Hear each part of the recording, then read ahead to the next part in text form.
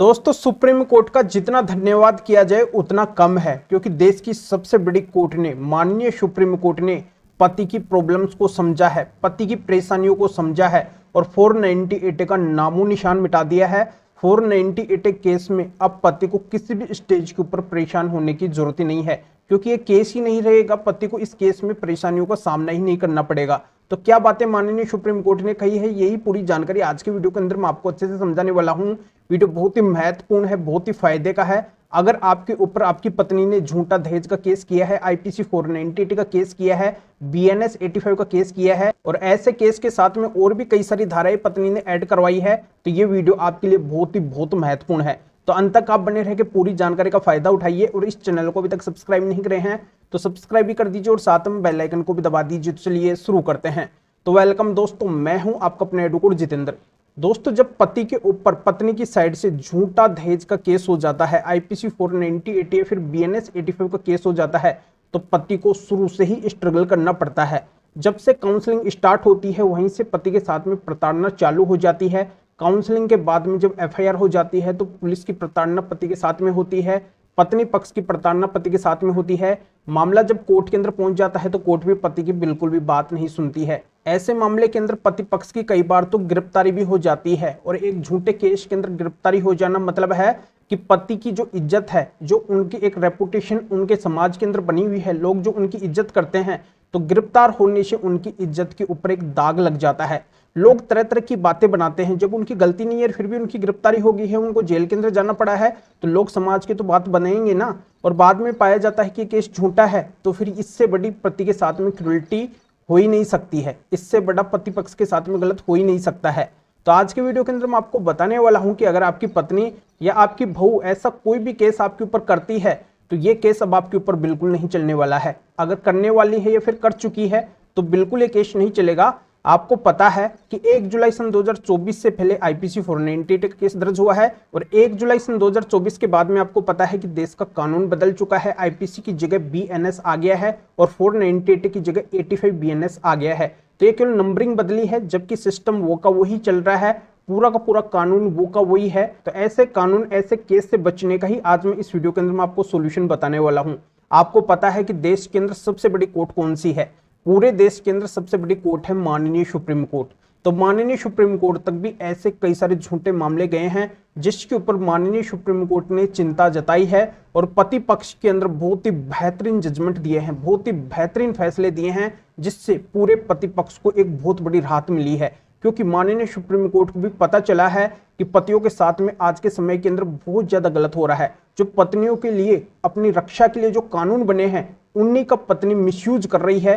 हथियार की तरह उनको इस्तेमाल कर रही है। पति पक्ष को दबाने के लिए, अपनी अनचाही डिमांड को मनाने के लिए पतियों के ऊपर मनचाही कहानी बना के और ये झूठे केस फाइल कर रही है, जिससे दुखी और परेशान होके आज के समय के अंदर पति पक्ष के द्वारा सुसाइड तक किया जा रहा है। तो ऐसे कानून और ऐसे कानूनी सिस्टम की वजह से ही पतियों को बिना वजह अपनी जान तक को गंवानी पड़ रही है। तब ऐसा नहीं होना चाहिए। तो आज के वीडियो का मकसद है पतियों को अवेयर करने का, पतियों को नॉलेज देने का, पतियों को ज्ञान देने का कि उनको कैसे क्या करना है, जिससे उनके ऊपर ये झूठे केस अब चले ही ना और वो जल्दी ही इन झूठे केसों से मुक्त हो जाए, झूठे केसों के अंदर उनको अपनी जान को ना गंवाना पड़े। तो बिल्कुल अब कोई भी किसी भी तरीके की टेंशन और चिंता करने की जरूरत नहीं है, क्योंकि माननीय सुप्रीम कोर्ट अब आपके पक्ष के अंदर खड़ी है। तो दोस्तों, अब आप वीडियो को बिल्कुल ध्यान से देखिए, क्योंकि अब आपके काम की सबसे मेन बात आने वाली है। तो सबसे मेन और आपके काम की बात क्या है? माननीय सुप्रीम कोर्ट ने साफ साफ बोला है कि पत्नी ने जो भी आरोप आपके ऊपर लगाए हैं, जितने भी आरोप उसके हैं,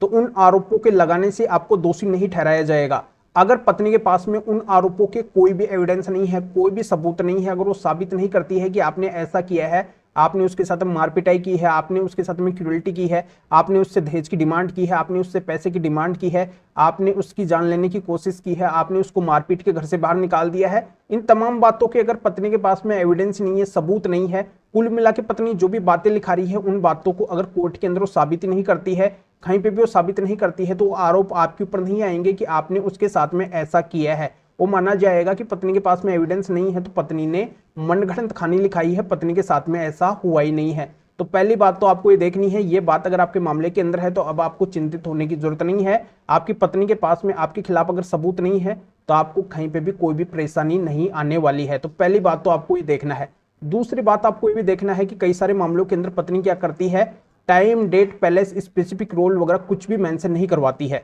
और उस केस के अंदर कई लोगों का नाम पत्नी लिखवा देती है। पति का भी नाम होता है, पति के घर वालों का नाम भी होता है, पति के रिश्तेदारों का भी नाम होता है, पर वो ये नहीं लिखवाती है कि किसने आखिरकार उसके साथ में क्या किया है और कब किया है। यानी कि time, date, place, specific role वगैरह किसी का भी नहीं है, और केवल एक जनरल एलिगेशन उसने लगा दिए हैं कि सभी ने मिलकर उसके साथ में ऐसा किया है। तो ये आरोप भी अब पत्नी के नहीं चलेंगे। अगर उसमें पत्नी ने time, date, place, specific role वगैरह नहीं लिखवाया है तो वो केस बिल्कुल भी दम वाला केस नहीं है, खारिज करने योग्य वो केस होगा। अगली बात आपको ये देखनी है कि पति के साथ में पति के बूढ़े माँ बाप का नाम भी होता है जो कुछ भी नहीं कर सकते हैं, या फिर कई लोग ऐसे भी होते हैं जिनका उस केस से कोई भी मतलब नहीं होता है। कई लोग पति के साथ में रहते भी नहीं है, कभी वो जुड़े भी नहीं है, वो दूर दूर रहते हैं। कई फैमिली मेंबर, कई रिलेटिव वगैरह दूर दूर के रहते हैं, और उनका नाम भी अगर ऐसे केस के अंदर है तो उनके ऊपर भी ये केस बिल्कुल भी नहीं चलेगा। वो भी उस केस को पूरी तरह से अपने ऊपर से हटवा सकते हैं, खारिज करवा सकते हैं। तो इस चीज को भी आपको इस केस के अंदर देखना है।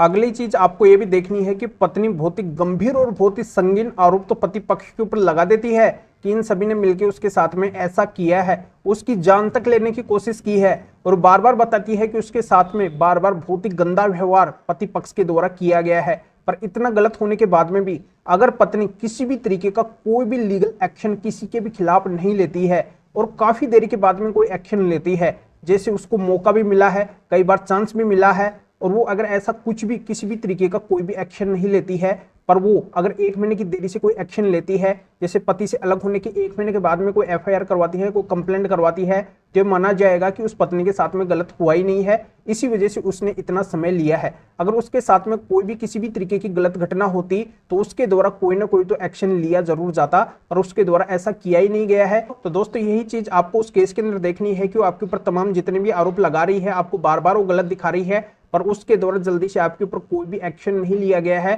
तुरंत उसके द्वारा कोई भी केस नहीं किया गया है, देरी से उसने केस दर्ज करवाया है, कोई कंप्लेंट दर्ज करवाई है, 1 महीने की देरी से उसने आपके ऊपर एफआईआर करवाई है, या फिर इससे अधिक देरी से उसने एफआईआर करवाई है, तो केस भी खारिज करने योग्य होगा। उसको भी आप टाइम के आधार पे खारिज करवा सकते हैं, डिले के आधार पे उस केस को भी आप खारिज करवा सकते हैं। कुल मिला के निष्कर्ष यही है कि आपकी पत्नी या फिर आपकी बहू ने, आप पति हैं, पति के घर वाले हैं या फिर रिश्तेदार है, जो भी है, पर यह झूठा केस आपके ऊपर किया गया है। केस के अंदर कोई भी दम नहीं है, आपको अच्छे से पता है कि यह केस झूठा है, और आपको अगर इस केस से बचना है, पुलिस की प्रताड़ना से बचना है, गिरफ्तारी से बचना है, और किसी भी स्टेज के ऊपर ये केस आपके ऊपर चल रहा है, कहीं पे भी चल रहा है, देश के किसी भी कोने के अंदर चल रहा है, किसी का भी नाम इस केस के अंदर है, तो सभी इस केस से पूरी तरह से मुक्त हो सकते हैं, बरी हो सकते हैं। किसी को भी गलत कदम उठाने की जरूरत ही नहीं पड़ेगी, अपनी जान गंवाने की जरूरत ही नहीं पड़ेगी। अगर नॉलेज है तो पूरी तरह से इस केस से बच जाएंगे। पर कैसे बचेंगे, अब सबसे मेन बात ये निकल के आती है। तो उनको बचने के लिए क्या करना है, अपने केस के अंदर माननीय सुप्रीम कोर्ट के जजमेंट्स लगाने पड़ेंगे।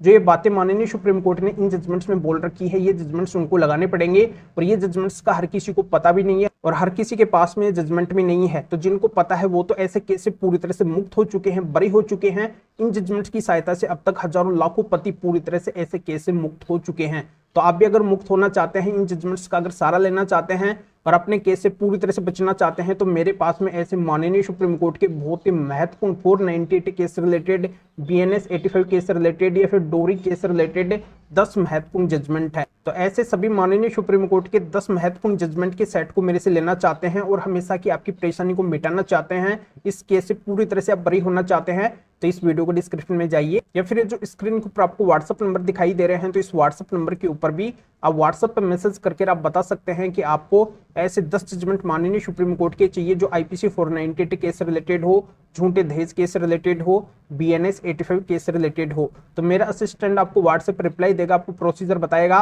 और आपके व्हाट्सएप पे ही इन माननीय सुप्रीम कोर्ट के 10 जजमेंट की PDF कॉपी भेज देगा। जो भी आपका ऐसा केस है उसके अंदर इन जजमेंट को लगाकर इस तरीके से आप ऐसे केस से मुक्त हो सकते हैं। या फिर आपकी कोई भी किसी भी तरीके की कानूनी समस्या है इस मैटर में, या फिर और किसी भी कानूनी मैटर में अगर आप मेरे से अधिक कानूनी जानकारी लेना चाहते हैं, मेरे से फोन के ऊपर भी बात करना चाहते हैं, तो भी आप इस व्हाट्सएप नंबर के ऊपर व्हाट्सएप पर मैसेज करके अपॉइंटमेंट बुक करवा के डायरेक्ट आप मेरे से फोन के ऊपर भी बात कर सकते हैं। तो अभी आप इस वीडियो को लाइक भी करें और शेयर भी करें, जो और लोगों का भी इस वीडियो से भला हो सके, उनको भी इस कानूनी प्रोसीजर का पता चल सके, इन जजमेंट्स का पता चल सके, वो भी ऐसे झूठे केस से पूरी तरह से मुक्त हो सके। तो फिर आगे मिलेंगे आपसे न्यू वीडियो नए टॉपिक के साथ में। आप सभी का बहुत बहुत धन्यवाद।